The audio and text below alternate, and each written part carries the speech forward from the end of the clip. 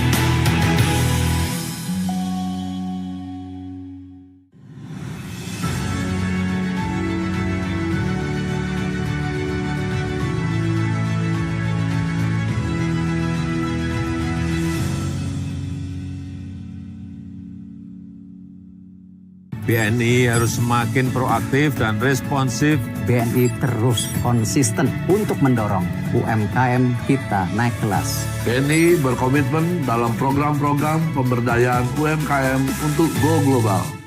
In Bank Mandiri, we are already one step forward, pioneering Indonesia's transition to low-carbon economy by pursuing net zero emissions on operational by 2030. Let's put our hands together to create a brighter future.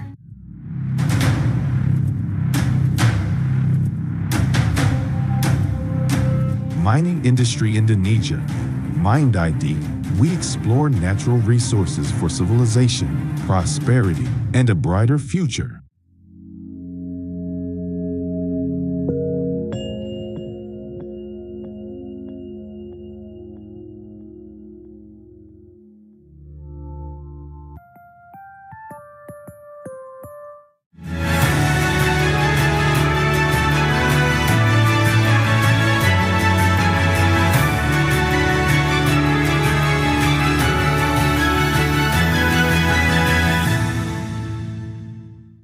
BRI is a large state-owned enterprise that focuses on the MSME segment. BRI Digital Innovation continues to be carried out to facilitate customers in providing services to continue to give value to Indonesia.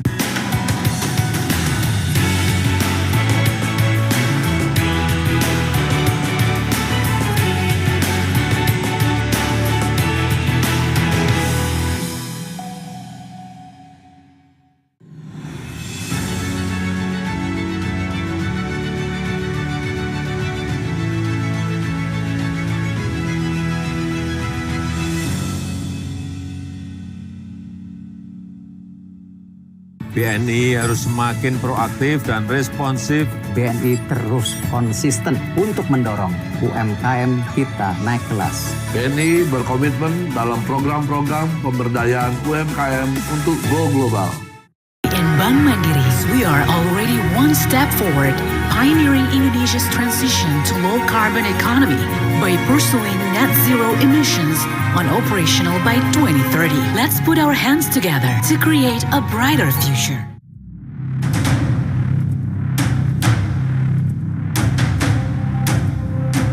Mining Industry Indonesia, Mind ID, we explore natural resources for civilization, prosperity, and a brighter future.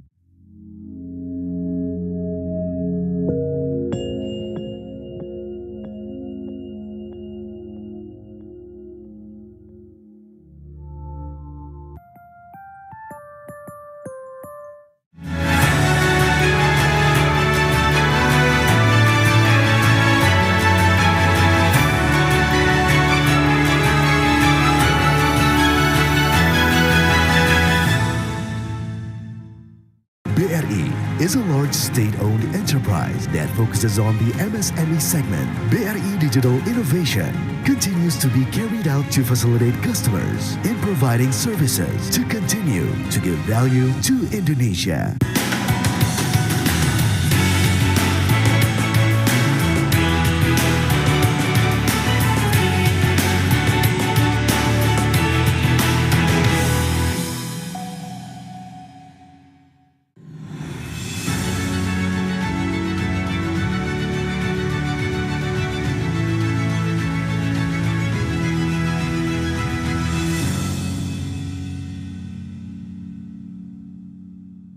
BNI harus semakin proaktif dan responsif BNI terus konsisten untuk mendorong UMKM kita naik kelas. BNI berkomitmen dalam program-program pemberdayaan UMKM untuk go global.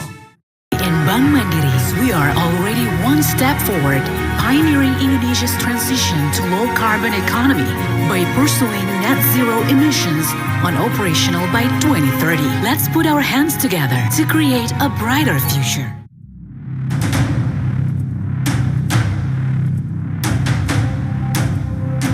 Mining Industry Indonesia, Mind ID, we explore natural resources for civilization, prosperity, and a brighter future.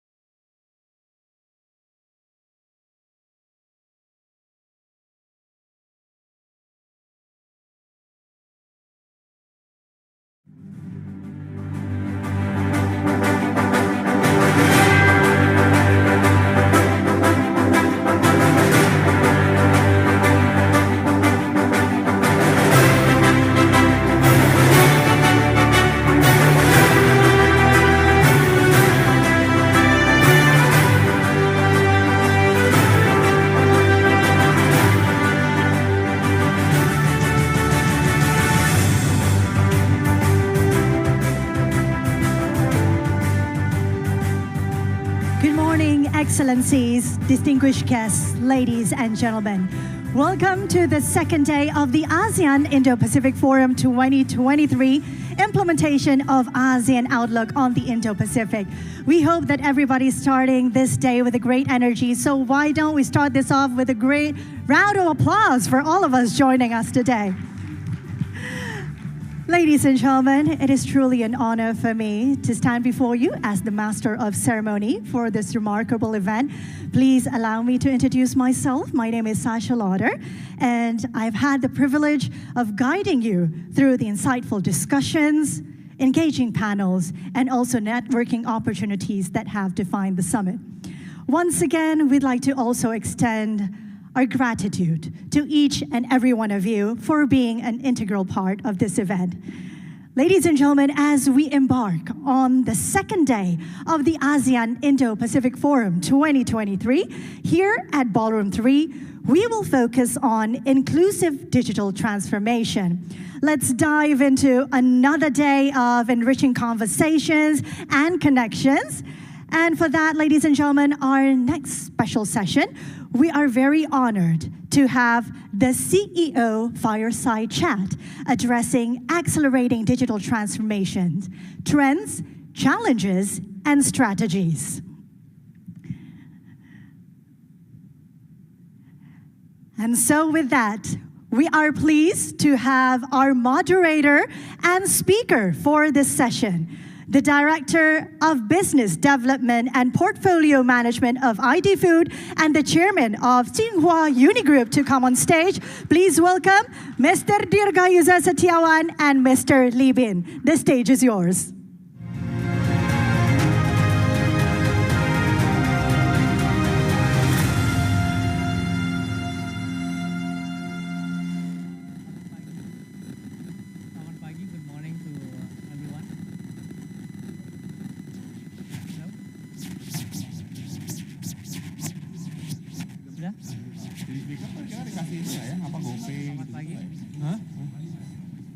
Hello? Yeah, mine doesn't work. It doesn't work. Okay. All right. Selamat pagi. Good morning to everyone. I hope it's working now. Yeah. Our pleasure is to have Mr. Lee, the chairman of Tsinghua Unigroup, with us. Tsinghua Unigroup is one of the largest IT and conglomerate company in China that has a lot of influence on how we do digital going forward.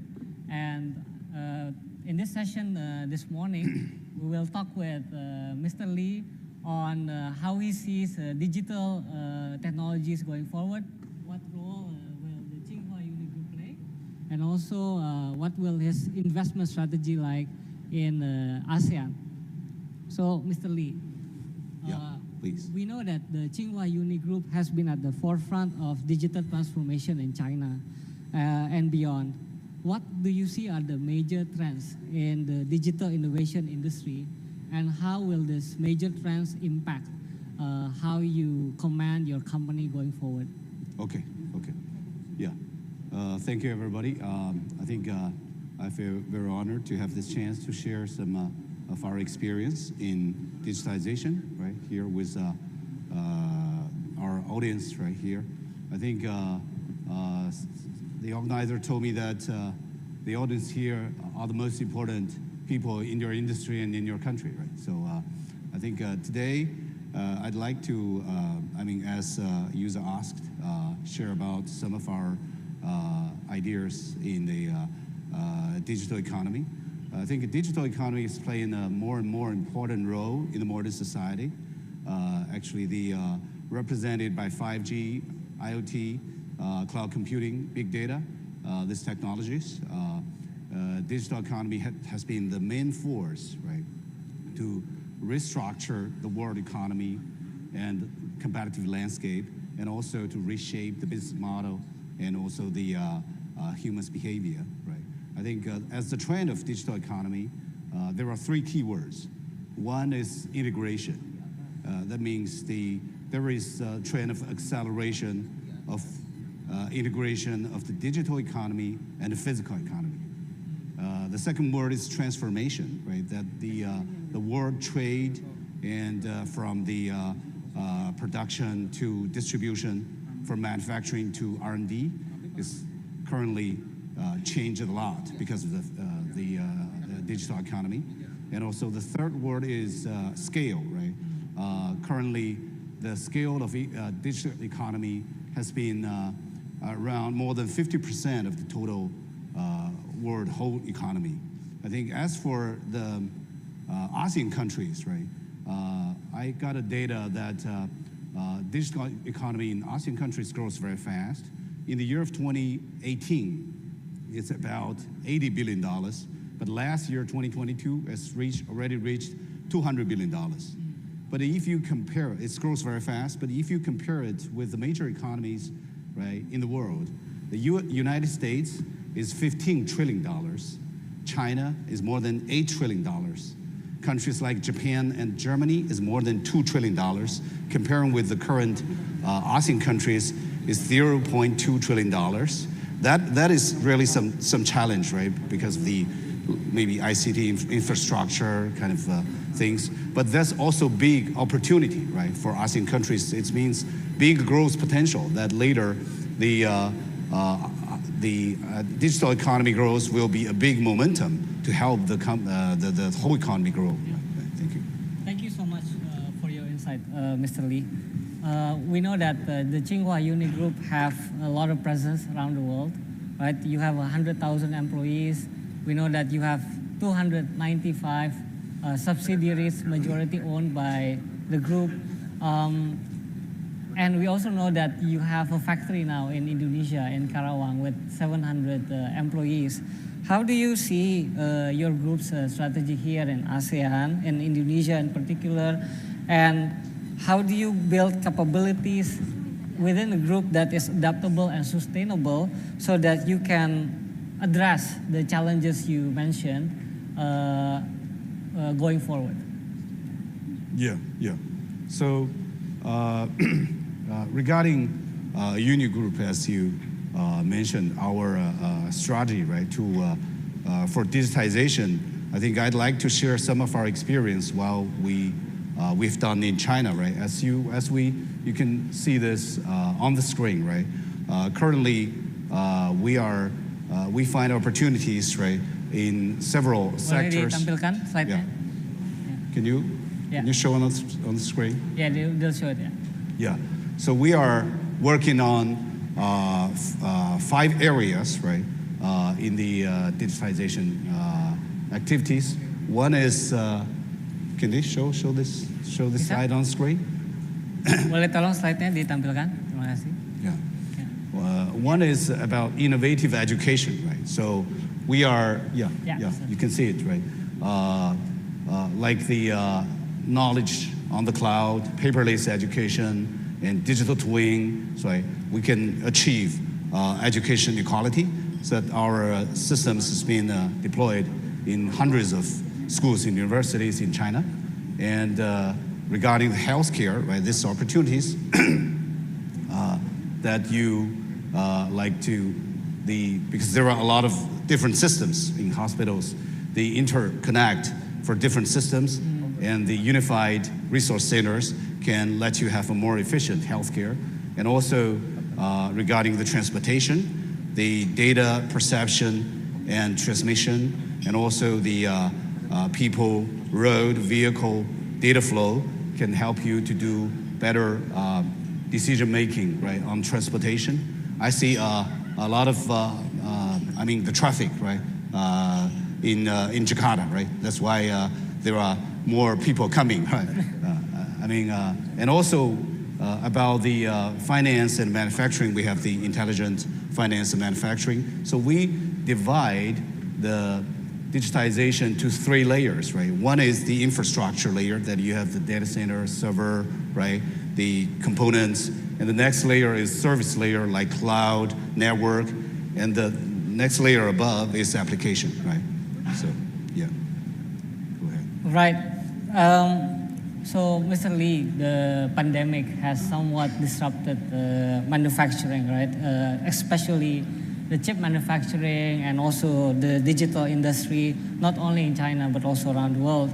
How does the pandemic disrupt the Tsinghua Uni Group, and what do you see are the main challenges and opportunities in the digital value chain post-pandemic? Yeah. Okay. So I think for Uni Group, that we are kind of a very diversified group, that we actually have, you're talking about the challenges and opportunities, right? So we are kind of in focusing 5 sectors, as we showed on the screen, that we have the ICT infrastructure sector, we have the cloud network and service, and we have mobile, automotive, electronic sector, and finance sector, and education sector. So one of the challenge for us is that we have very diversified portfolio that you may lose focus, right? And also to achieve synergy among these companies is really a challenge. And we got more than 200 companies, right? So headache for me is to read the name of every CEOs of this more than 200 CEOs, right? So, but I mean, the one of the strengths that we have is kind of that we have this kind of we can avoid the concentration risk if there is a cycle, right? We don't have to if the diversified portfolio can offset, right, the cycle time, and also the completeness of our business. I mean, that, as I mentioned, the 3 layers, right? We have different kind of the infrastructure layer, the service layer, and the companies. For example, when we do the digitization for financial sector, we are the shareholder of 2 insurance companies and 2 banks. So to implement the systems, you cannot just separate the IT and the business, right? So we have the real data, the real customer, so we can integrate that. The unique position of our group is that we can integrate all these things together to have some better kind of customer application scenario, right? Okay. All right, so, you know, when we think of IT in China, right, there are several giants in the landscape. There's Huawei and there's you, right? Sometimes Uni Group is number 1 in certain sector and Huawei number 2, but sometimes Huawei number 1 and Uni Group's number 2. You mentioned about the opportunities and risk of having a diverse portfolio. Do you see that your portfolio will expand in the future, or you will have more focus in IT, for example? Yeah. I think our group is basically our products covers like server, computer, right, ICT products, and also the cloud service and the finance sector. We are going to focus on some third sector, but not only to be an IT company, because one of our strengths is that we have the complete supply chain that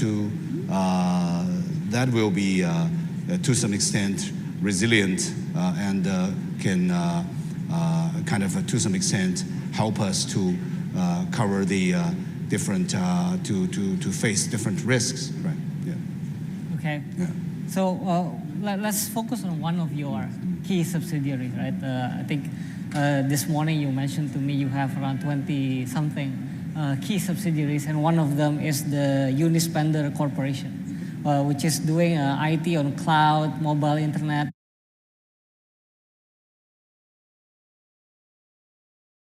Is considered one of the best companies in China. What do you think is the reason why it's one of the best companies in China when it comes to IT services? And what do you think are your strategies going forward in the Indo-Pacific for this particular subsidiary? Okay, yeah. I think Unispender is one of the leading ICT equipment and service provider in China. I think,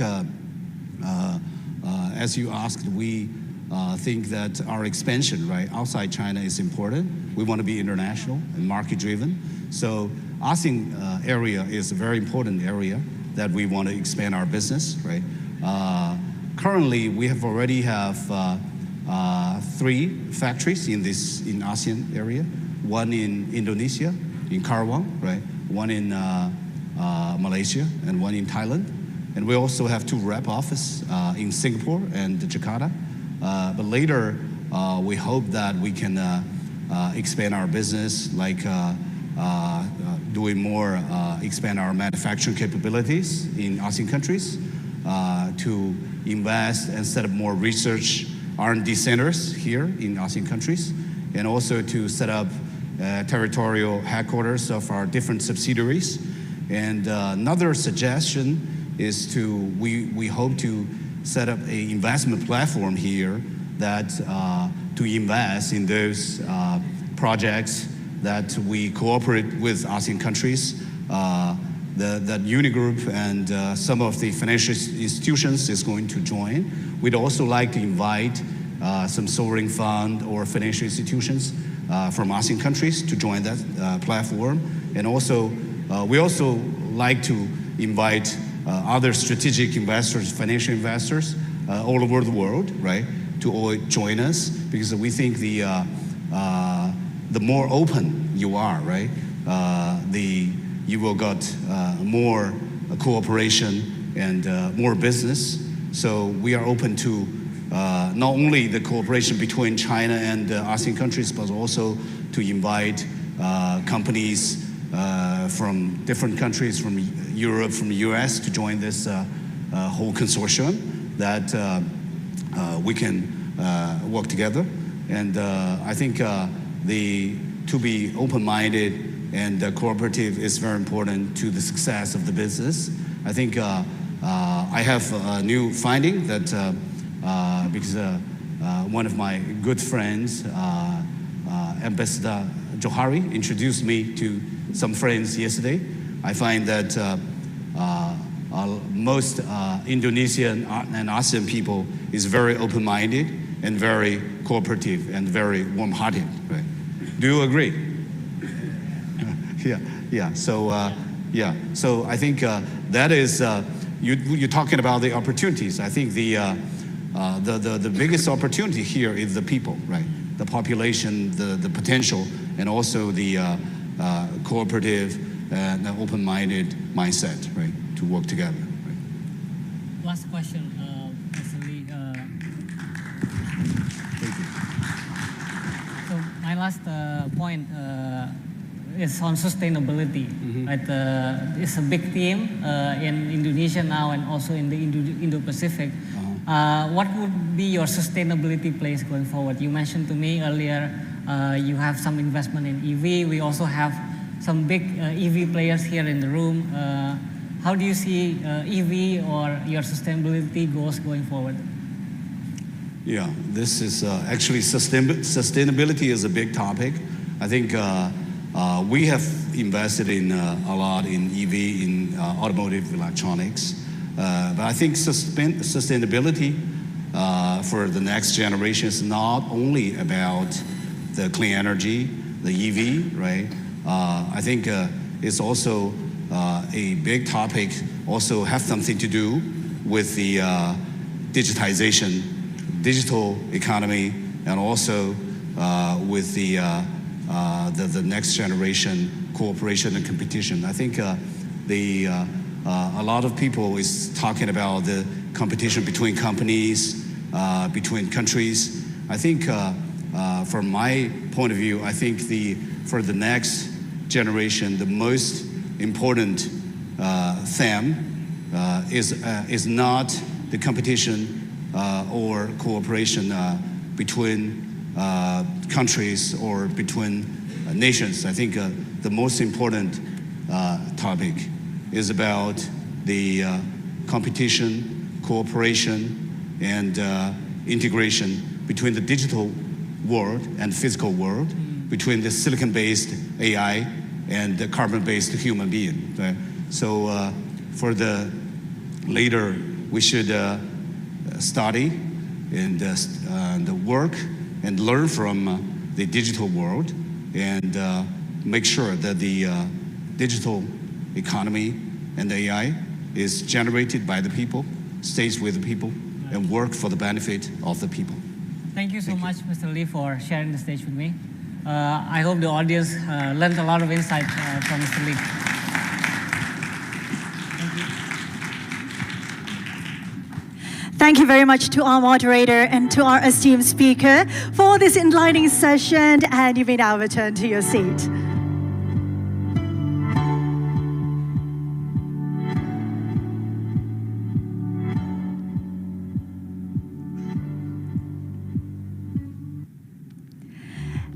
Excellencies, distinguished guests, ladies and gentlemen, Now let us move on to the next agenda. As the Vice Minister of State-Owned Enterprises of the Republic of Indonesia will present a short yet comprehensive presentation on the topic Financial Digital Transformation within the State-Owned Enterprises, intending to accelerate inclusivity before the participants can engage in a deeper deliberation during the panel discussion. Without further ado, let's welcome to the stage His Excellency Rosan Ruslani.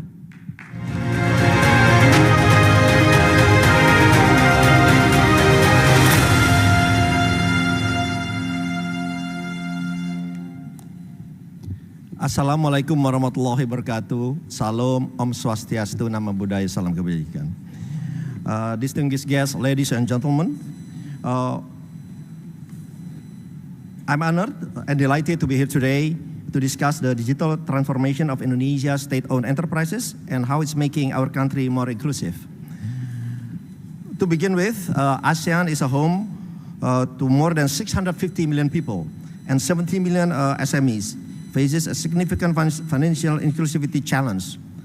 Over 70% of its inhabitants are either underbanked or unbanked. Additionally, around 39 million out of 70 million SME experience substantial funding shortfall amounting to 300 billion annually. We have seen that the advent of digital financial services is paving the way to bridge the financial divide, especially the underbanked, unbanked, and SMEs. These services play a pivotal role in promoting financial inclusivity, a cornerstone for sustainable and inclusive economic growth in the region. Digital finance initiatives across the ASEAN region have already contributed to accelerating financial inclusivity in the region. Over recent years, clear progress has been observed, with SOEs playing a pivotal role in guiding the transformation amidst the surge of digital financial wave. We have seen example in the ASEAN countries that the growth and the revolution of digital finance have boosted the nation economy and reduced inclusivity. Thus also happened in Indonesia for the past few years. Indonesia has been the forefront of the digital finance revolution, showcasing remarkable growth and resilience. Between 2011 to 2022, fintech players in Indonesia increased by sixfold from around 51 to more than 300 active players. Meanwhile, 33% of the population voted for e-wallets for their default payment method in 2021, positioning Indonesia alongside some of the most developed ASEAN economies. Indonesia's transition towards a digital economy is evident, with cashless payment leaping from 813 million to 26.2 billion from 2017 to 2022. Such a transition leads to a thriving digital transaction ecosystem. This is demonstrated by the gross transaction value of digital payment, which grew from around 206 billion in 2019 to an impressive 266 billion in 2022. Even more promisingly, we anticipate this figure to be more than 400 billion by 2025. While we recognize the challenges of accessing formal credits that a portion of our regional adult population face, we believe that Indonesia is making to tackle this challenge. The digital lending sector has exhibited robust growth, expanding its loan book from 1 billion in 2017 to 5 billion in 2022. This rise emphasizes our commitment to ensuring financial inclusivity for all Indonesians. State-owned enterprises significantly contribute to Indonesia's economy, accounting of 18% of 2021 budget, given their substantial reach, particularly in underserved cities. SOEs are crucial players in fostering financial inclusivity via digital finance. Over the past few years, SOEs are stepping up catalysts and have developed visionary initiative and strategic collaboration to transform Indonesia digital financial services in various aspects. 3 examples are especially noteworthy. First, digital lending. our SOE banks, BRI, Mandiri, and BNI, launched a digital lending platform to enable individuals without traditional credit histories to access financial services. These initiatives are making significant impact on financial inclusion. For instance, BRI's digital loan grew 146% from 2021 to 2022, providing more than 125 million to millions of digital loans within the third quarter of 2022 alone. Second, digital payment, e-wallet. Multiple SOEs have extended payment for its core services through e-money platform for customers. And the third example is digital banking. Mandiri, BRI, BNI, and BTN have built digital banking solution. BNI mobile banking, for instance, has grown 59% year-on-year to 7.8 million users in 2020. From the ASEAN perspective, in recent years, the ASEAN digital financial sector has witnessed transformative shift, primarily directed towards amplifying financial inclusion for consumers and SMEs. Anticipated growth in this domain is robust, with digital payment volume predicted to surge. Meanwhile, the digital lending landscape is not far behind, expecting to grow significantly by 2030. Ladies and gentlemen, financial inclusion is not merely an economic objective, but a social imperative. It is our sincere hope that the discussion in this forum will generate solutions to financial inclusivity challenges that we are facing in the region and to maintain stability and prosperity in the region. I thank you.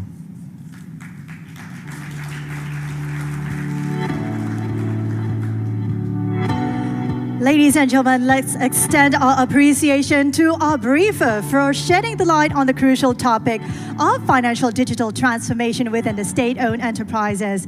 Thank you once again, Your Excellency, for your presentation. Excellencies, distinguished guests, ladies and gentlemen, we are very delighted to welcome all of you today at the ASEAN Indo-Pacific Forum, implementation of the ASEAN Outlook on the Indo-Pacific. This is a flagship event organized by Indonesia as part of its ASEAN chairmanship in 2023. This forum aims to unlock further opportunities and build stronger connectivity between ASEAN countries and the Indo-Pacific.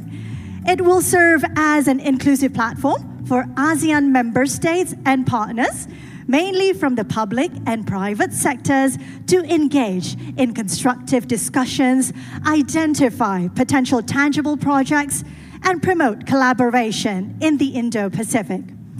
There are three major issues of the future which will be discussed together. First of all, the green infrastructure and resilient supply chains. Second, sustainable and innovative financing. And third, digital transformation and creative economy. For the green infrastructure and resilient supply chain, this sub-team aims to explore ways to foster green and sustainable infrastructure development, as well as fortifying supply chains against global disruptions. And for sustainable and innovative financing, it aims to discuss efforts to mobilize funds for green initiatives and accelerate sustainable development.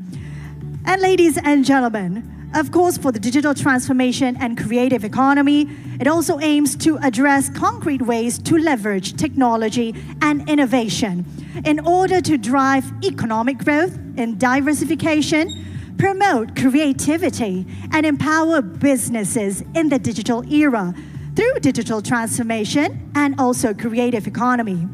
We are also very honored to have invited 88 speakers and gathered around 2,500 participants from 51 countries. And together, ladies and gentlemen, after following our briefer today, we will now begin the first panel discussion, which hopefully we can gain some insights from.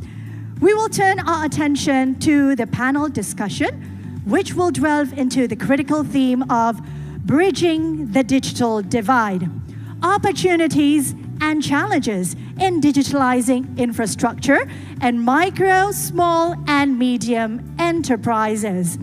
And so, ladies and gentlemen, we would have our moderator and also our key speakers to join us here up on stage very soon. And again, we do hope that all of you can enjoy this session today, as we still have other panels which will follow very soon. Without further ado, ladies and gentlemen, please join me in welcoming our moderator, Mr. Pandu Syahrir, the founding partner of AC Ventures. And also, we have the honor to invite our esteemed speakers today, Mr. Hairus Saleh Ramli, CEO of Maybank, Mr. Silvano Wiston Rumantir, Wholesale International Banking Director of BNI, Ambassador Gurjit Singh, Board Chair of Intellicap, and Mr. Yoon Chin Gyun, CEO of LG CNS.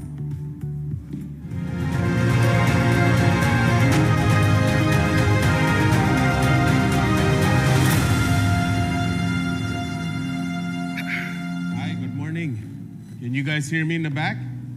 Good morning, everyone. It seems so excited. It's day 3, since Saturday, we've been having this big event.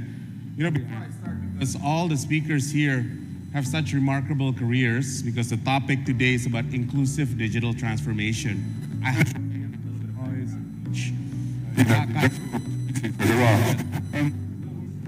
Can you hear me in the back? Thank you. So I know this is day 3 of this long week.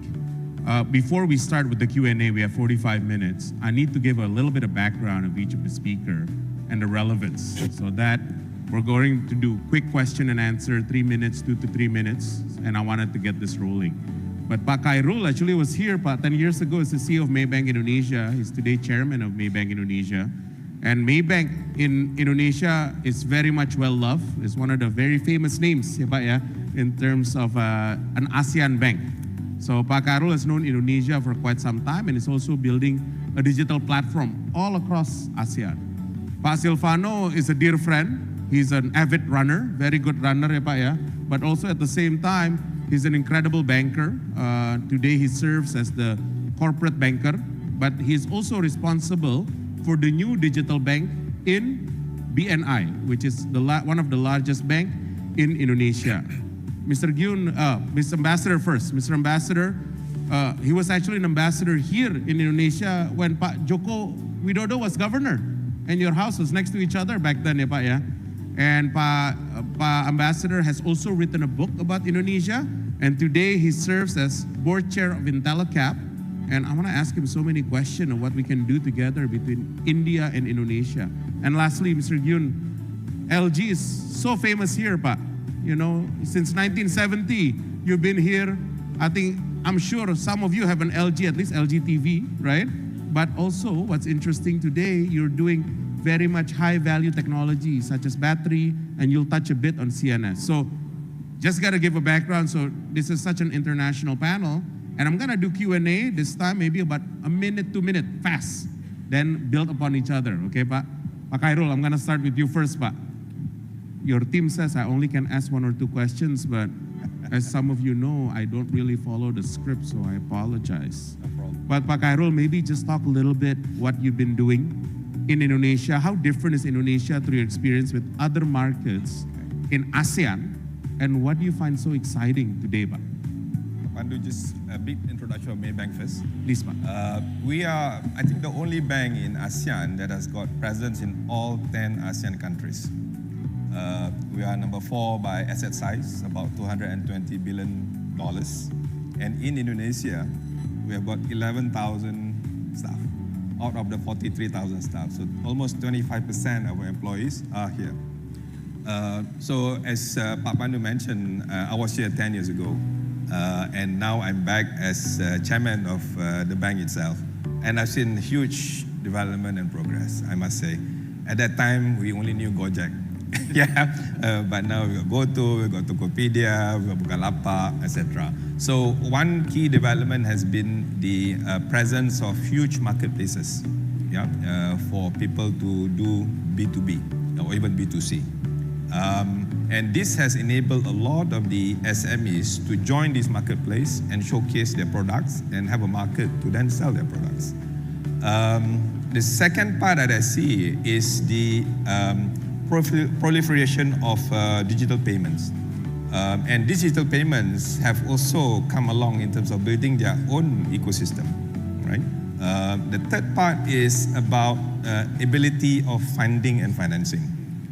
So not just the traditional banks now, you got the fintechs, and you also got the introduction of a lot of digital banks, right, in Indonesia. So marketplace, digital payments, and financing as far as cash flow. That's from trend point of view.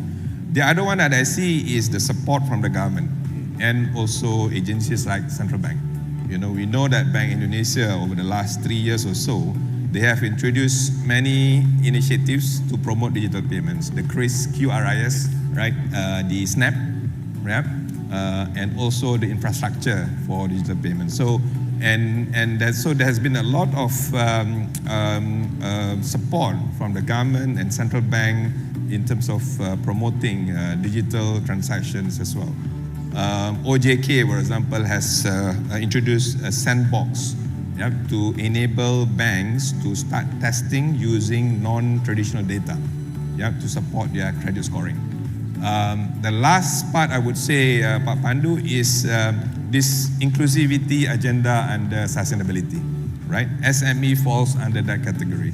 So banks are pushing a lot as part of their SDG initiatives, as well as their own sustainability drive to reach out to the SMEs. I'll stop here. Fantastic, Pak. You talked about this so well, and I think you touched well that on the regulator matters so much, right, in terms of promoting this growth. And what you touch upon on ecosystem, that's something that we're seeing quite well, Pak. Yeah. Pak Silvano, building upon Bapak's comments, what are the key things that your bank is doing now? Because I know you're developing something we call Hi Bank, I think, am I right? Yeah. Maybe you can share a bit the story. Yeah, no, thank you. So, as we all know, almost 100%, 97% of our employees are employed in the SME sector, MSME sector. And that accounts for about 60% of our GDP. But yet, about half of these MSMEs are informal or not yet included in the banking system. And so, access to financing for at least half of them has been very, very limited, right?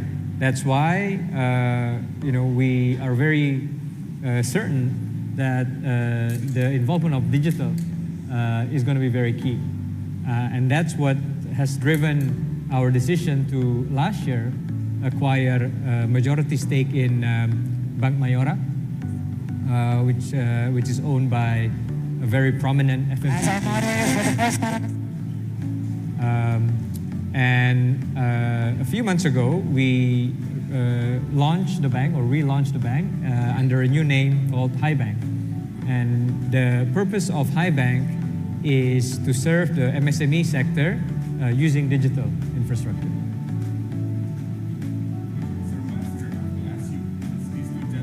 Focus so much on the banking sector, and this discussion is digital transformation.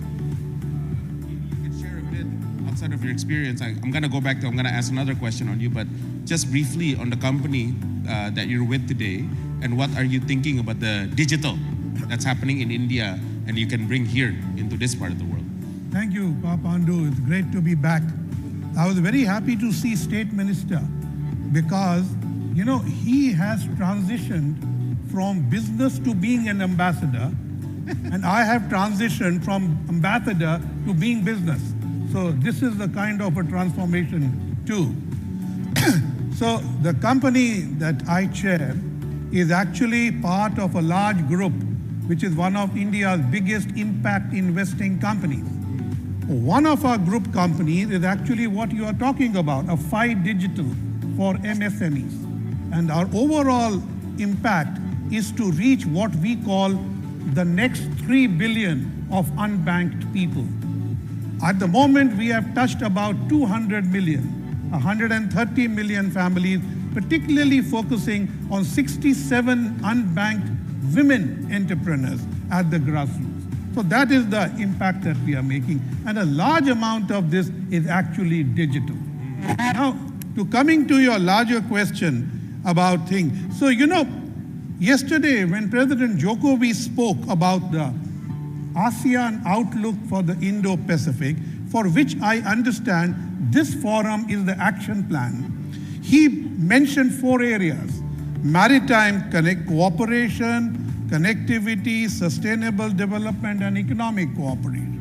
So there is the India's Indo-Pacific Oceans Initiative, which has precisely the same objective, and India and ASEAN have a joint cooperation to work together. So next few days, we will have the G20 in India, like you had last year. So the outcomes of that provide the future direction for what you said. We are going to look at the digitalization of trade documents.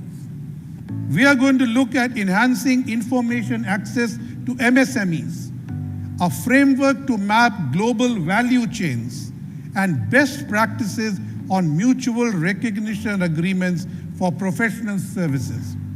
In fact, the G20 trade and investment ministers basically came up with 3 ideas: a generic framework for mapping global value chains, an action plan for enhancing MSMEs' access to information, and high-level principles on digitalization of trade documents. Now, if you see what we are doing together, you in Jakarta, we in India, you see how much commonality there is. And that is where India's digital public goods, on which I can speak later, actually can make a very big impact. I'm going to ask this because I was just in Bangalore for 4 nights. And by the way, Bangalore just opened a new airport. It's kick-ass beautiful. You guys got to go. It's amazing. But I want to ask back on this because it's amazing what's been going on there. Mr. Gyun, I want to go to you because I'm also going to Korea next week. And, I've been going to Korea, I think 3 times a year, 4 times a year now. And please share with me in terms of, you maybe share a little bit about your business and what does digitalization mean to you, to your consumer, and to your stakeholders. And maybe share with Indonesia what your plan is.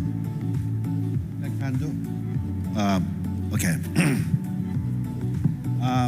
Many people knows about the LG Electronics, and many people have electronic appliances at home, but not many people know about the LG CNS. LG CNS is to help our some B2B customer like enterprise to utilize digital technologies to make their some business, create their business value, or to provide the better services from the government side. In these days, digitalization or digital transformation is a very important pieces to create the business values, and everybody agrees that. However, the question is, where to apply the technologies, or for what purpose, and how to apply the technologies, and how to acquire or have the digital technologies. And the final question is, who will do? Let me take a smart city as an example that Indonesian government is trying to do, build a smart city like Nusantara. In these days, ASEAN region is very rapid urbanizations due to some economic growth. And urbanization is very good, but causes many problems like pollutions or traffic, or transportation, energy, or crime rate. So what the purpose of a smart city? The purpose of smart city is to resolve these kinds of issues. The smart city is not build a space. We have to consider the digital services first. That is the purpose of a smart city, and that is the purpose of the digital transformations. And what kind of technologies we have to do for smart city? Now we have to use some traditional IT technologies and also IoT or AI or cloud or a lot of some platforms you have to use. And who will do? And there are some four stakeholders in the smart cities. One of them is the government. The other one is the enterprises. And actually, there are two types of enterprise. One is big enterprise and small and medium-sized enterprises. Those two types of enterprise will do some different law for the smart cities build. And the final part is the investor. To build a smart city requires a lot of money. So we have to get some fund from some various parts. So one of them is an investor, and one of them is a private sector, like us. We also invest to build a smart city as a service provider. So data transformation is not easy, but that creates a lot of value. So we have to, but I want to focus on, we have to focus on the purpose, not the device. We don't have to, if we focus on technologies, then sometimes we are missing the middle of the way. So to do some transformations, we have to think about the purpose of the digitalization. By the way, from the audio and visual, please help Mr. Gyun give a mic, please. I feel. So can somebody please from audio and visual, please help Mr. Gyun with the mic. Maybe Pak Khairul, I'm gonna come back to you. And then I'll do the circle. Maybe you can share a bit also. You mentioned the three things that have been the pillar of growth and hopefully success. What are the key things with respect to digitalization that you worry most right now, top of mind on your board, that you think about digital, AI, and in terms of market penetration? Is there anything that makes you, lose sleep about? If you're talking about from the banking perspective, as we go digital, yes, we are trying to make things very efficient, cost-effective, simple for our customers. The biggest concern now is on cybersecurity. The biggest concern is on fraud online. So because banks have always been entrusted with money, right? So the expectation is that even if we go digital, trust must be there, and hence cybersecurity, online fraud has to be defeated. Yeah. Because otherwise, the blame will always be on the banks. You can see now in terms of transactions, wherever the fraud is, in many cases, it's actually the customers themselves who are the fault. But end of the day, the public perception is that banks are not doing enough. So to me, from that point of view, in my view, that is one thing that will keep us awake at night from a banking point of view. Do you, maybe a follow-up question to you, but with respect to that, how are you thinking about the infrastructure or digital infrastructure that you're building? We mentioned before we were here, a bunch of us in Goto, there's about 1,000 programmers that's in India. Yourself also quite deep. How are you thinking about this talent movement in terms of building this digital infra? It's not easy because everyone, not just the banks, are fighting for this talent, right? Like GoTo, you have people in India. We also have about 400 people in Bangalore, just doing coding, etc. Now, we have got this aspiration now of our workforce. We've got about almost 8% of our workforce which is digital and tech savvy. Our target is by 2020, 2030, we will have 20%. Yeah, 20%. Because again, that is the movement, right, towards that. Everyone needs to speak digital. Everyone is focused on customer centricity. Yeah, it's a way to go. 20%, that's incredible number, Pak. That's a very good number. So to Silvano, I'm going to do off script on you, but you build a high bank. How come not BNI just become the digital bank instead? Why are you building this high bank? And how will high bank be different than, say, other banks that's out there that doing digital banking? Yeah, that's a great question. So, as some of you know, BNI was the first bank established after independence. That's why it's called BNI 1946. In fact, a piece of history, when we were established, we were the first central bank and also a commercial bank, so dual function. Bank Indonesia didn't exist in 1946, 1 year after independence. Only a few years later, when Bank Indonesia was established, then BNI continued to operate as a commercial bank. And as you can see, we We're not that young. We're 77 years old this year. We have close to 50,000 employees, and a bank that has never been merged, acquired, unlike some of our brothers and sisters in the SOE space. And so we feel, and we're not a technology expert, right? So we admit with the high costs or high operating costs that a typical large commercial bank carry, the typical mindset that a large and old conventional bank has, despite the management, including myself, we're reasonably new. We're just 3 years in this bank. We realized that no, you can't make BNI totally digital. It's going to be costly. It's going to take time. The kind of people you need for digital is very different. And that combined with the government's aspiration to have some consolidation in the banking industry and the white space that we see in the MSME space led us to the decision to acquire Bank Mayora, which is a small bank, right? I mean, the loan book is only 4 to 5 trillion rupiah. So it's still small enough for us to mold it into what we want to be, right? And it's going to be more cost efficient. We have also teamed up, not just with Mayora, but we've also teamed up with C, the owner of Garena and Shopee, as our technology partner. Pandu, you would know this very well. Because we know we're not a technology company. So we know banking practice, we have efficient cost of fund, we have market access, but we're not a technology company. Mayora is the largest FMCG group in the country. They have a very large supply chain ecosystem, merchants, etc., which we can tap, which we are tapping right now. Combine that with C. And nobody in management comes from BNI. Because if you put someone from BNI in management, High Bank will turn into BNI, which is not what we want. That's a great point. Thank you. But just wanted to share that, the key takeaways is that there are two different strategies. There's no real one strategy to go about this.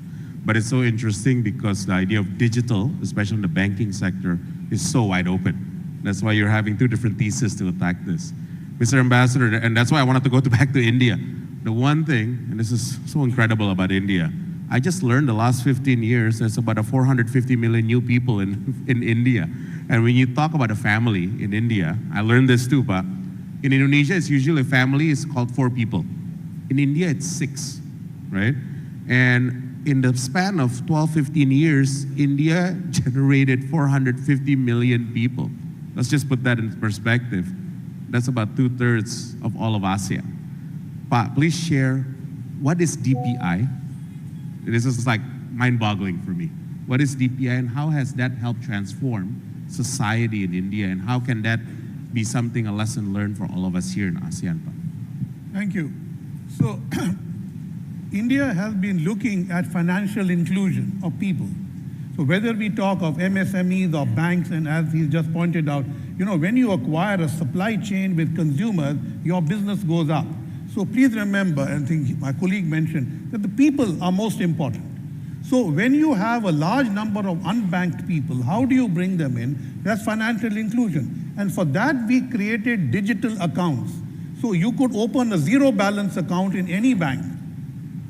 So that suddenly brought 450 million people with bank accounts.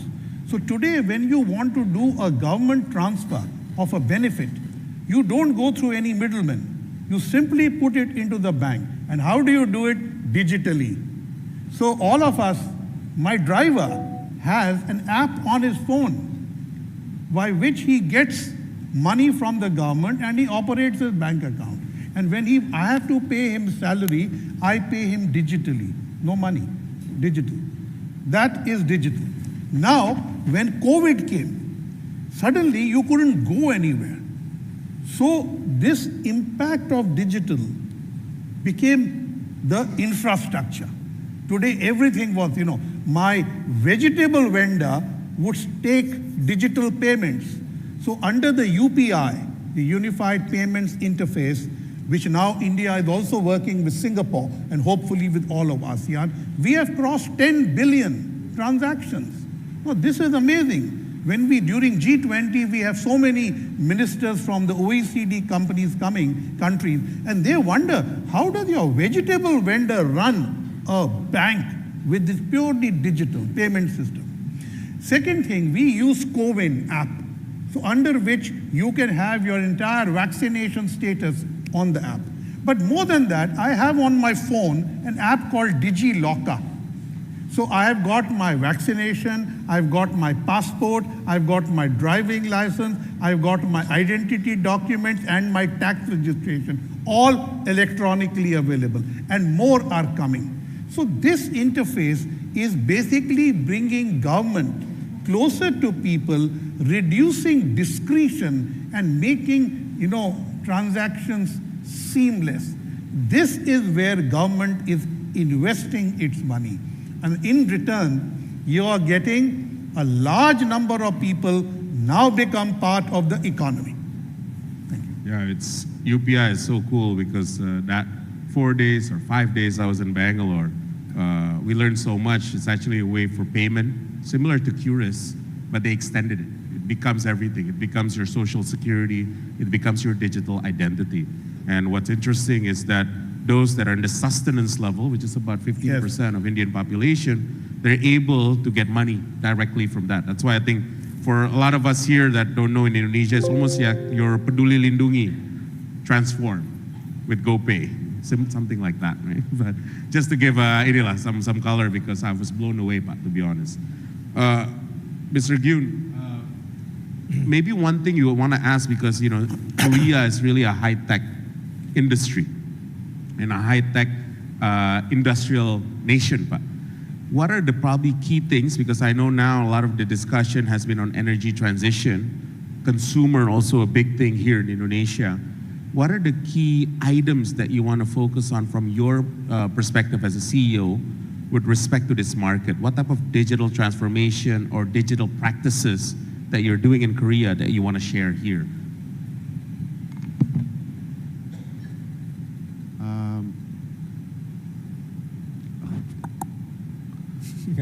Korea, like 60 years ago, there was nothing in Korea. But now, the economy is big. Why? Actually, we have to focus on two things. One is social infrastructures. The other one is manufacturing. We have many big manufacturing companies, like LG. LG is one of the biggest manufacturing company in the world, and Samsung is also one of the biggest company in the world. The manufacturing is, we try to many things, but one of them is digitalization, to make manufacturing excellence. And we put a lot of money to make the process efficient, and also the IT is working fine for the manufacturing products. And also we are using the digital technologies to design the products and also services. I don't know, but many ASEAN countries are focusing on different parts of the economy and domain industries. However, the manufacturing, if you focus on the manufacturing industry, and manufacturing industry will be one of the most important part, then you have to know how to digitalize the manufacturing processes from the design to manufacturing, and provide the services to the customer. So that's one point I want to focus. And the other one is infrastructures. Government needs to put a lot of money and invest to provide the infrastructures, especially for digital infrastructures, data centers, and the network band, and something like that. So those are my points. Very good. Thank you. That's very thoughtful. So we have about 5 minutes. I want to go the last question to each one of you. So I know this is It's been a great gathering, and it's actually the first time with some of you as new friends. If there's something that you can share, one thing, maybe for the next 6 to 12 months, what does this ASEAN mean for you, obviously as a CEO, as a chairman, and what does that mean also for your business that you perhaps can share with the wider audience here? Maybe I'll start with you, Pak. It'll be the same question for each one of you. With you first, Pak. You know, if you look at EU, for example, they have a single passport and they can go everywhere. We have been talking something like that for ASEAN. But what if we have a single digital account for everyone in ASEAN, right? So wherever you go, you just use that account to transact. Yeah. So that means, of course, there's a lot of work that needs to be done. Yeah. But I think that's a vision. One digital account for ASEAN population. Yeah. That's great, because that's what the QR code that we're pushing as part of a legacy in ASEAN Back. Essentially, it's not just free money, but at the end, we actually want free people movement across ASEAN Pak, which I think would benefit each one of the nations. Thank you, Pak. Thank you for that. Pak Silvano? What does ASEAN mean to us in BNI? I think it means everything. We know that as a country, we do a lot of intra-ASEAN, intra-Asia trade. It just so happened that BNI is also Indonesia's international bank. We have the most number of branches among all Indonesian banks, so trade is very important to us. So I think you know, the growth is here in this region. Secondly, I think what we would also like to see as a wish list is maybe a bit more reciprocity on the banking sector among the countries. I mean, we fully understand, I guess the growth rate and the margins are very promising in Indonesia, so it makes sense for, you know, a lot of the international banks expand here. But I think selectively, given that we have 8 million migrant workers spread all over the world, diaspora is very important to us. I think some selective form of reciprocity in the banking sector, I think, would be beneficial for all. Thank you, Pak Silvano. So more level playing field or equal treatment, that's probably one of the things you wish for. Thank you, Pak. Mr. Ambassador. Thank you. I would like to go a little macro. For me, what I'm most impressed about is the ASEAN Digital Economy Framework Agreement. I think that is really going the right way. But I think while this may take you to up to $2 trillion, as President also announced yesterday, we have some concerns. And these concerns are as follows. Technology must be interoperable. Please go the open source way. Don't fall for people who want to give you closed solutions. Second, governance standards that codify human rights and protection of personal data, privacy and intellectual property is very important.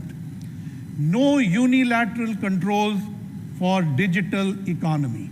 This is very important. It has to be open. Don't subscribe to unitary controls. And finally, a community of private sector and civil society actors must collaborate. Don't depend on governments alone. That is where success will lie.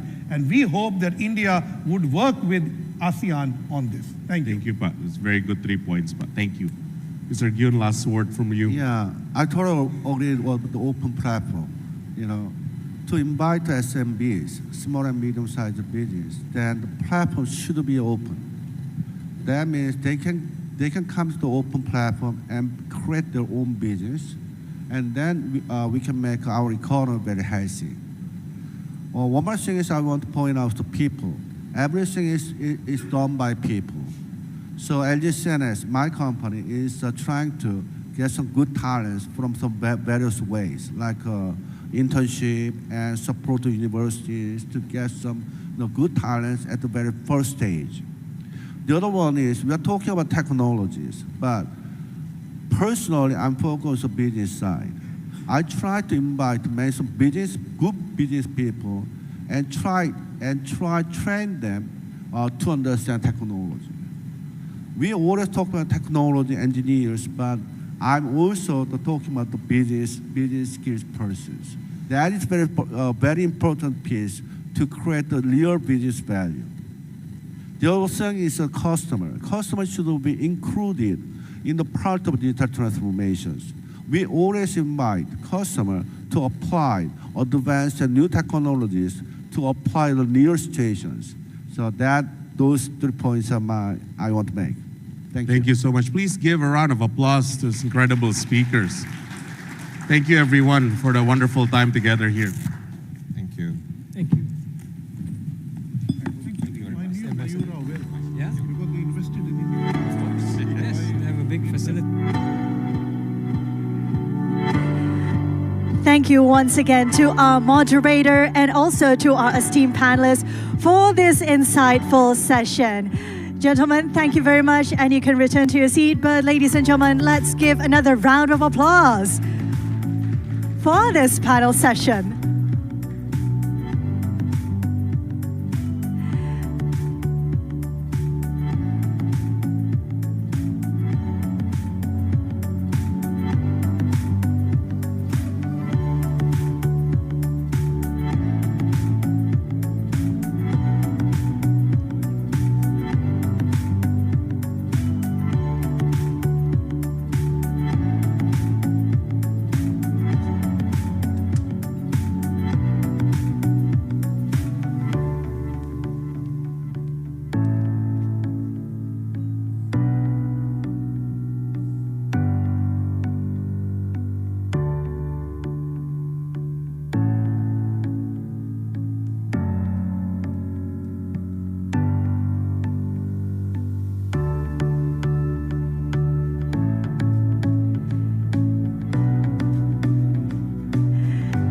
Thank you very much once again. And so, ladies and gentlemen, of course, at the ASEAN Indo-Pacific Forum 2023, we are aiming to again discuss 3 major issues of the future about green infrastructure and resilient supply chains, sustainable and innovative financing, and also digital transformation and creative economy.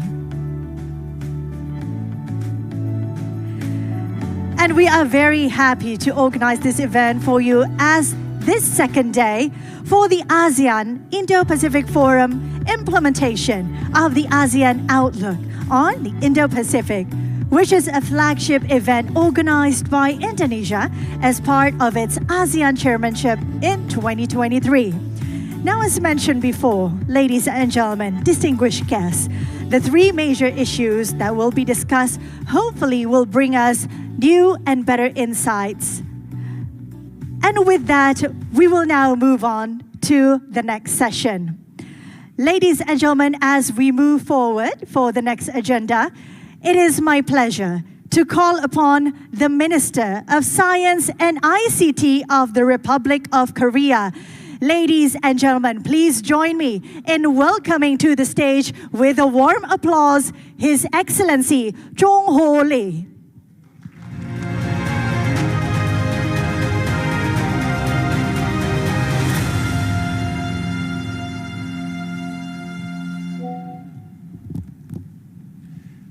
Good morning, ladies and gentlemen. I am Lee Jong-ho, Minister of Science and ICT of Korea. Now, let me introduce you to the National Digital Strategy. In September last year, President Yoon highlighted the need for a new digital principle to actualize the universal values of humanity through digital technologies. The Korean government has established the National Digital Strategy as a roadmap for us to explore the new digital principle announced in the New York Initiative. Korea has also carried out various activities to promote global solidarity, to share its vision and values of digital innovation. We have pursued digital innovation across all areas of technology, economy, society, government, and culture with the goal of becoming a global role model. For the past 1 year, we have produced meaningful outcomes. First, we have made intensive investment in innovative digital technologies, including AI chips and quantum computing. The national education system underwent an overhaul starting from 2025. The hours for digital tech course will be doubled, and from 2024, the university admission quota for high-tech programs will be increased. We have utilized AI to address scientific challenges and introduced data trading policies. Also, we have implemented a financial support policy worth $2.7 billion to digital tech SMEs and startups. Next, digital has promoted innovation not only in services, manufacturing, and agriculture, but also in social safety and human rights. We have mapped 27% of all national roads in 3D for autonomous driving. We also introduced AI-enabled ambulances and patrol cars to ensure public safety. Most of all, digital learning centers educated 800,000 people, and accessible kiosks for the elderly and disabled became mandatory. Lastly, we have promoted the innovative digital platform government and fostered an innovating digital culture. We established a presidential committee on digital platform government in September last year and launched 6 flagship projects for our citizens. Government services were standardized and made accessible through open APIs. We also created a digital public sphere for public discussion on digital norms, and we reformed 63 regulations through the ICT regulatory sandbox. This is the way forward. We are already living in the digital era.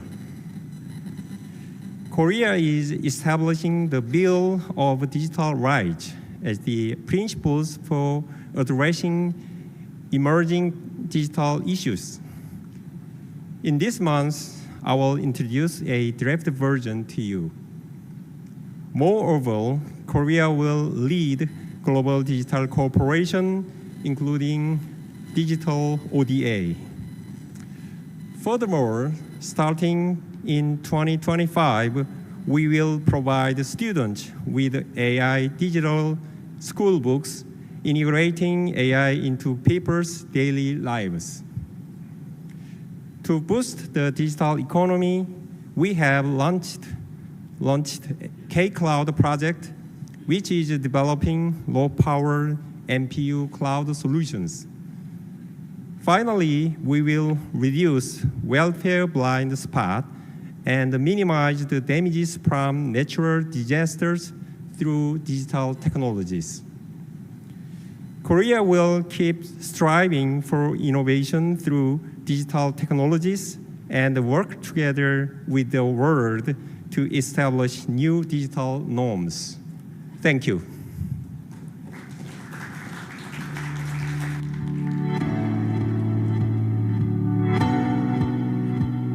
Thank you very much, Your Excellency, for sharing your knowledge and insight with us today. We are very grateful for your contribution. Ladies and gentlemen, distinguished guests, as we move on to the next session, we will also be following another panel which will be discussing about upskilling and reskilling for the digital transformation. As this is part of one of our sub-themes, one out of the three major issues that will be discussed, which is digital transformation and creative economy. The sub-theme aims to address concrete ways to leverage technology and also innovation in order to drive economic growth, diversification, promote creativity, and empower businesses in the digital era through digital transformation and creative economy. And again, we are very delighted that this forum has invited 88 speakers and have gathered around 2,500 participants from 51 countries. And so with that, ladies and gentlemen, let's now move on into the next session.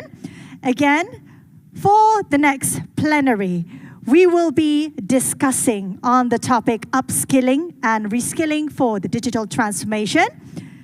Please allow me to invite on stage our moderator today, the Head of Evaluation, Research, Dissemination and Advocacy PMO Kartu Pekerja, Mr. Romora Edward Sitorus. And also we are pleased to have our esteemed speakers to also join us on stage. Ms. Utari Octaviani, CSO of Aruna, Dr. Lovnish Chanana, Senior Vice President and Head of Government Affairs Asia Pacific and Japan of SAP, Mr. Leonard Lim, Head of Public Policy and Government Relations for Asia Pacific of Zoom, and Mr. Chad Pasha, Senior Advisor to Government of Coursera. Moderator, I give the stage to you.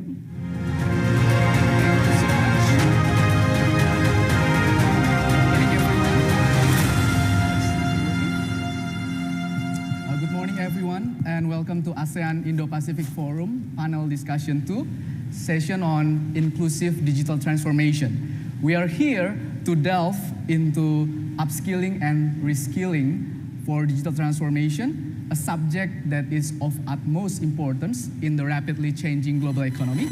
I'm Romora Edward Sitorus. I'm a head of evaluation at PMO Kartu Prakerja, Indonesia's large-scale skill development program that has provided access to vocational training for 17.6 million people in less than 4 years.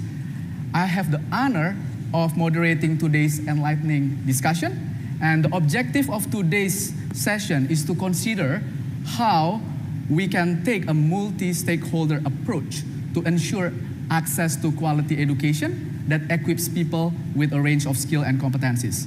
We are joined by a distinguished panel, each an expert in their field.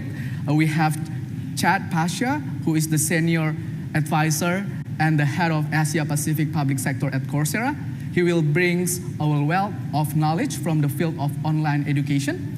Next, we have Dr. Lovnish Chanana, Senior Vice President and Head of Government Affairs for Asia Pacific and Japan at SAP, a known thought leader. He leads transformative government projects and other important projects related to technology. We are also joined by Leonard Lim, the Head of Public Policy and Government Relations for Asia Pacific at Zoom.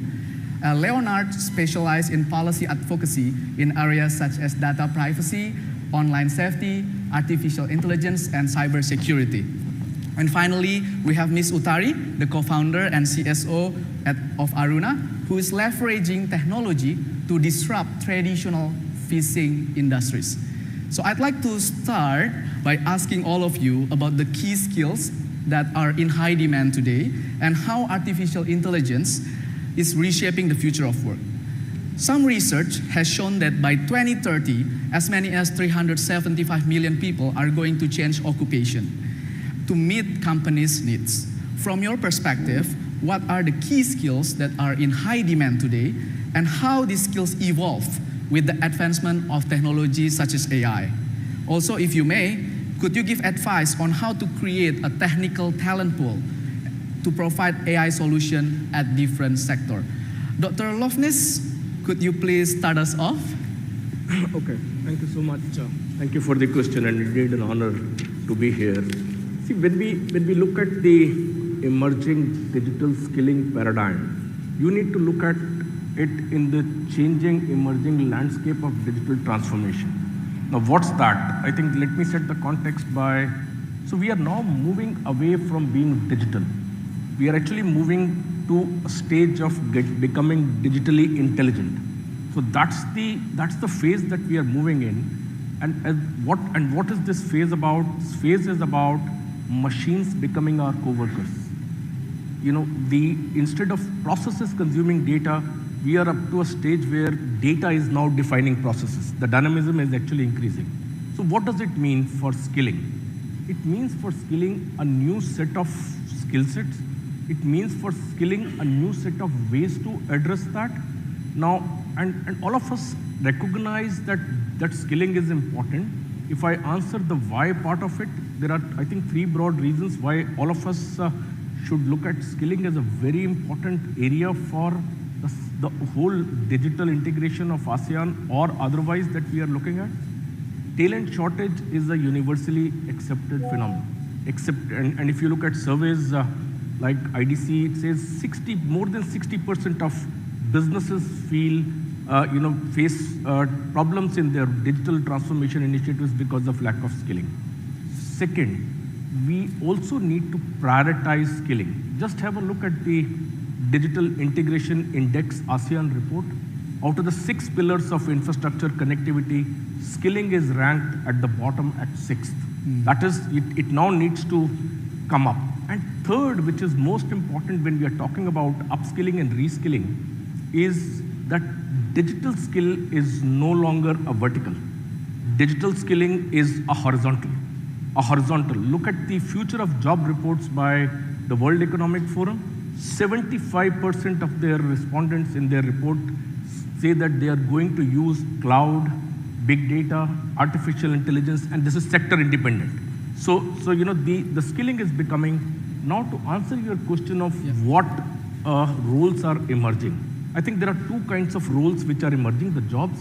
One, which are pure digital jobs or roles, and second, the upskilling and change in the existing jobs that we have.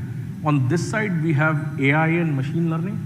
That is something that everybody is looking at in terms of the emerging job area and the role area. I think one important area that we will see increasingly coming up is this whole digital for sustainability roles that we will come. And everybody is today talking about sustainability.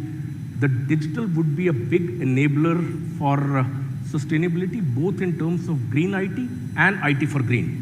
So that's we will see huge roles, and particularly, and we did a study with, as SAP, we did a study with World Economic Forum and BCG.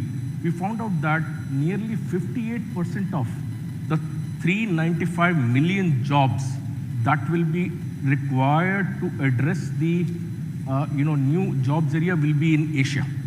So that's the opportunity that we have. Obviously, on the digital side, you will have other areas like the digital twin engineers. We will get cybersecurity professionals. You will get data privacy professionals. So these are some of the roles. Having said so, let's be prepared for the replacement and displacement of the repetitive roles, and be prepared for the focus on the high value tasks in terms of bringing in the intelligence in the enterprises. Coming to AI, I think for AI, there are 2 broad areas on artificial intelligence. One, artificial intelligence for skilling. Second, skilling for artificial intelligence. Now these 2 we need to look at. When it comes to AI for skilling, there is a huge advantage in actually latching on to this in terms of creating the personalized content, in terms of matching my current organizational skilling landscape with the market, and hence ensuring that the return on investment is actually in line. Now, when I talk about skilling for AI, I think everybody is taking AI as a revolutionary thing. It is actually evolutionary, and now only it is being perceived as revolutionary. We need to segregate it into 2 parts. One, the business AI and the consumer AI, and also horizontally the development skills and the deployment skills. Okay. To me, development skills are the core technical skills. You will also need deployment skills that will need reskilling of the existing, because the models will need to be trained, in a health sector or others, that will need the domain expertise, and that's where reskilling will actually come in. So we are at a very interesting stage, and it's a multi-stakeholder effort that will bring in, and the three challenges that we would need to address as we move forward. One is the speed of change. Second is the dynamic nature of the jobs that's evolving. And third, this revolution is two-way. The data you give me, hence we will need to put everything in order, and we see how it moves forward. Wow, thank you for the comprehensive and excellent points, Dr. Lovness. You mentioned about digital can be a key enabler, but we have to be ready that there will be job replacement everywhere if we are not available or ready to face the digital transformation. Chad, could you offer your thought on this, particularly from an online education standpoint? Absolutely. Yeah. Can you hear me okay? Yeah. So building on Dr. Chanana's points, I think the skills are quite a range of different skills, especially depending on the industries that workers will be going into. But I think on top of building on what he said, the human skills are also really critical.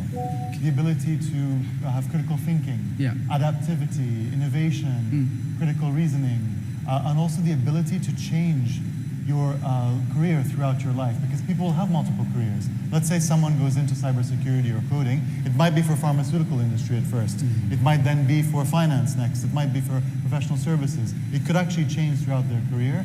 So building a culture of lifelong learning is really, really important, as well as those human skills, so someone can actually develop more from just the technical angle. That's what we get all the time. CEOs are saying, we love more coders, more analysts, more data scientists, but can they speak? Can they communicate? Can they explain what they're doing? Can they explain why they're doing what they're doing?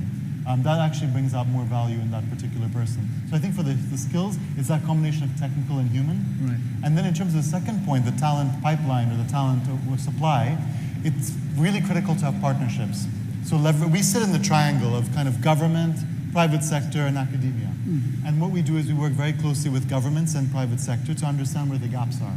So we have these industry roundtables. We did one in Chennai a number of times, focused on electrical vehicle manufacturing, and we're doing one on robotics. And each of these roundtables, we sit with the industry and we ask them, what are the jobs you need now in the next 2 to 3 years and 4 to 5 years? And from there, we actually understand and can map where those gaps are coming up. And then we work with government and private sector to essentially fund training at scale to address those gaps. The universities are not churning out people fast enough. I mean, you talked about this as well, Dr. Chanana. There's a huge time lag, and it's increasing and compounding year by year. And so that's where providers like Coursera and others sit. We can rapidly, more quickly adapt, provide that content, and it might be in bite-sized pieces. It's not going to be a 4-year learning track degree in a traditional sense. It might be, tracks like 6 months, 8 months, 12 months, just to get the exact skills that that person needs for a particular role. And then once they join into the role, they can actually expand and develop more practical skills. But those partnerships are really critical to have that supply of talent. Wow, that's intriguing insight, Chad. I agree that lifelong learning habit should be for everyone, and it's important to learn not just 4-year degrees, but we also have to learn specific skills at different sectors. Leonard, can you share your views, especially considering your involvement in public policy on this? Yes, can you hear me all right? Yes. All right, yes. Just building on Dr. Chanana's and Chad's points, I think those were very good points. I think it used to be the case when you could stay in one job for many years and the job would stay the same. The skills would be the same. But today, that's impossible. Any job today, even if you stay in the same job, the nature of the job is changing week by week, month by month, and you really need to keep learning new skills. And building on, I think, Dr. Chanana's point about horizontal sort of effects of maybe AI. So there's really horizontal disruption now across all industries, across all sectors. It used to be the case that I think we all thought automation and computing would only affect the lower level jobs, or jobs with less education, because they would be replaced by machines and robots. But now I think higher education jobs, jobs which require creativity, are all at risk because of large language models like ChatGPT. A journalist's job is at risk. Who knows, one day all of us could be replaced by holograms because ChatGPT is so smart, right? So I think the desire to learn, like Chad mentioned, the lifelong learning aspect is very, very important in this day and age. So just on AI, I think, let's say a doctor, apart from medical skills, the desire to know more about data, a little bit of programming, and learning how to harness the insights from, say, big data of a large volume of x-rays, and harnessing the insights there to build on his doctor's prognosis, that's very important. So a lifelong learning appetite. Wow, that's excellent point, Leonard. I do agree with you that our jobs are changing and we have to adapt to it. Moving on, we have Utari from Aruna. Utari, how does this conversation resonate with your work at Aruna? Yeah, I think all of speakers bring a good point about how we need to adapt with the AI. But from Aruna perspective, I will try to bring a perspective from the people that live in the coastal, where most of them, they don't have any internet connectivity. So I can say most of the location, especially for the fishermen community, they still lack of knowledge about what is AI. Because most of them maybe don't understand what is internet, what is the effectiveness of using internet to their daily life. So I think before we move to that, it's very important to fill the gap where we need to understand and give them education about the maturity level for adapting technology. Because again, technology can meet itself. So before they move to more advanced technology, for example, applicating AI in their daily life, I think it's very important to fill the gap. And especially for the next generation, for the younger people that live not just in coastal, but maybe in all of ASEAN countries, to learn and understand more about the implication of using that technology. After that, after filling the gap, I think the AI can be very helpful for the industry, especially for the fisheries. It can help us to not just do the production, but also can help us to predict the future. So yeah, I think by collaborating with the all of the stakeholders like the private sector, the government, and also the academic, I think it can be help for the community, especially in coastals. Thank you, Utari. Yeah, in many parts of the world, the digital literacy skills are still very low. So before we introduce them with advanced skills, we have to make sure we fulfill the skill gap that are still there. Moving next, Chad, can I ask you, how do you encourage individuals to engage in continuous learning, to stay adaptable in the face of ongoing technological advancements beyond initial education? Absolutely. I would say there's 4 steps in terms of this engagement. The first is actually having the infrastructure and accessibility, so that learners from all over the world, whether they're in a rural area, an island, disconnected from an urban enclave, have access. And the way we do that is by offering full mobile compatibility. Not everyone has a desktop or a laptop, they have a mobile phone, so they can use our courses on their mobile phone. The second piece is the ability to work offline, because internet connection can be quite sporadic and spotty in different places. So we have a project actually in the Amazon rainforest for women and girls. They don't need constant Wi-Fi connection. They go to a hub, like a hotspot, once a week for trading, bartering goods, and they can then download a course. They go offline for the next 3-4 weeks, do their course completely offline. When it's time to go back to that local center for the next trade round, they go and then upload their results, get their certificate, and carry on. I think that's the first piece, is making sure it's accessible. And as part of that, localization is very important. So having content designed by people in a local area, in the local language, is incredibly important. So in Timor-Leste, Timor, we have a program where the local content is created in Tetum language by experts in the country, and it sits alongside Yale, Stanford, Oxford, Imperial College content from our side. And so the learners have access to both. So they feel much more engaged and contextualized. So I think that's the first of the 4 steps, is having that accessibility and infrastructure in place.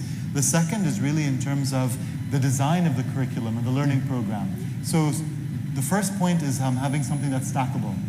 So a learner can start with almost zero knowledge, no prerequisites in a particular subject. Maybe they're a young person in secondary school, high school. They want to learn about a very basic, what is AI? AI for Everyone is one of our most popular courses from Dr. Andrew at Stanford. And then what is data science? What does this all mean? And that's where we start closing the digital literacy gap. And this is what we're doing in the Amazon. We're starting at that level. And so that stackability of starting very, very easy on-ramp to education, getting them comfortable, is very key. Also the size. Maybe they're only doing a half an hour small project to begin with, just to taste and to get started, and then it builds upon that. The second piece of that second point is that it should be self-paced.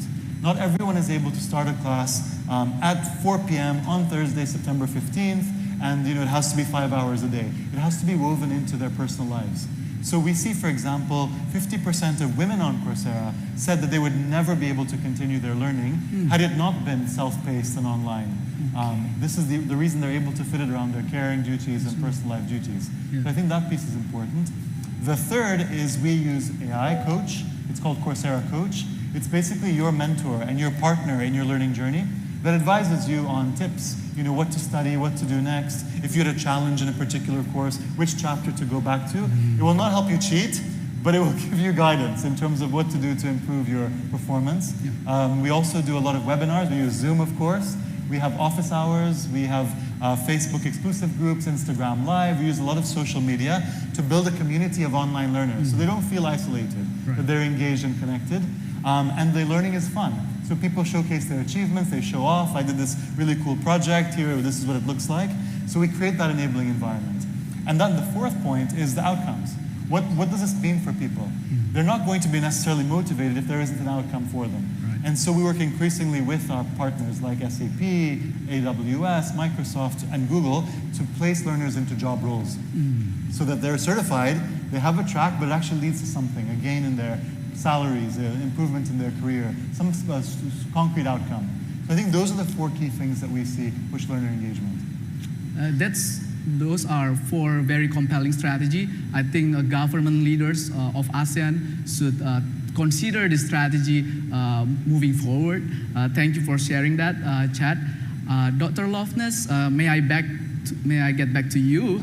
How do you collaborate with educational institutions, governments, and businesses to ensure a holistic approach to provide diverse skill set for new talents?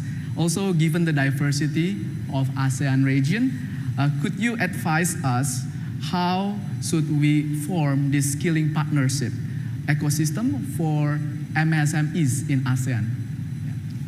Thank you so much. So as I mentioned earlier, digital skilling per se is not only to be seen in social perspective, it's a business opportunity. It's a business opportunity, it's an area to create impact. And that's where every stakeholder group has to get interested. Now coming to your question on how do we partner? So there are 3-4 models that we follow. First obviously is the direct partnership with government. Example being with ASEAN Foundation here, we are working for many years now.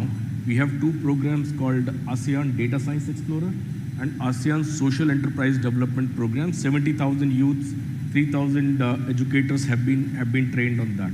In India, we have a program called Code Unnati. Unnati is the Hindi word for progress. So Code Unnati, which is actually aiming to train 1.5 million people.